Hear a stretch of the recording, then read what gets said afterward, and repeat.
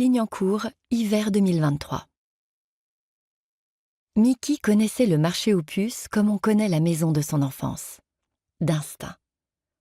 Elle y circulait avec aisance, passant d'une époque à l'autre au fil des allées, jamais tout à fait surprise, toujours en éveil.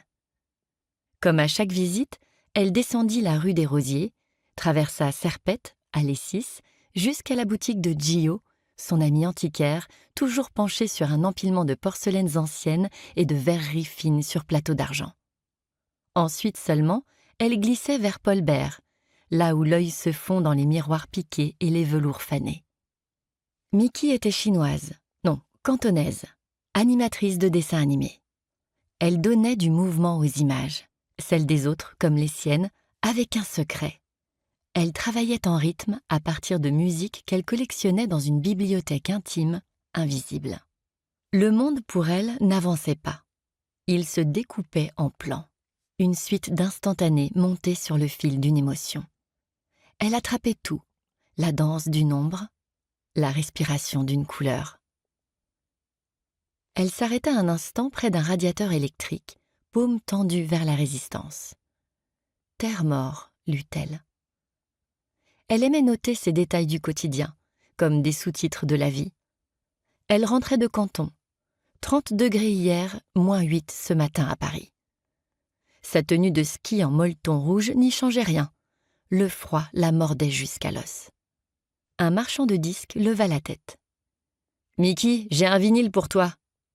On le surnommait Chalet parce que son stand était tout lambrissé de bois blond. Lui qui était venu pour quelques jours, cela faisait 30 ans. Autour de lui, des bacs de vinyle comme autant de tiroirs de mémoire. Il brandit « Love de luxe » de Sade. Pour Mickey, la voix de Sade, c'était une mousse au chocolat parfaite. Légère, profonde, sans effort. Pas les mousses bricolées avec du cacao triste et des blancs trop sucrés, non. Une vraie ganache fouettée, chocolat noir du Pérou, crème montée juste avant la pointe de perroquet, cet instant où tout se tient, souple, vivant. Une mousse qui respire encore. There must have been an angel by my side. « Mademoiselle, je te fais 5 € les deux. » Mickey s'étonna.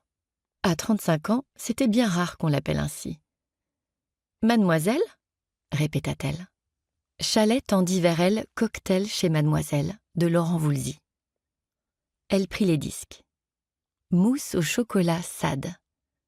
Pour 4 à 6 personnes selon l'appétit et l'amour du chocolat.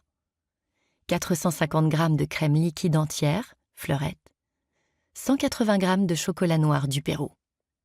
Commencez par placer le bol, la crème et les fouets du batteur au congélateur pendant 10 minutes. Ce simple geste, souvent négligé, garantit une montée parfaite de la crème. Montez ensuite, à vitesse modérée, 300 g de crème bien froide jusqu'à obtention d'une texture souple. Elle doit tenir au fouet sans être ferme, juste avant le stade de la chantilly. Réservez cette crème fouettée au réfrigérateur.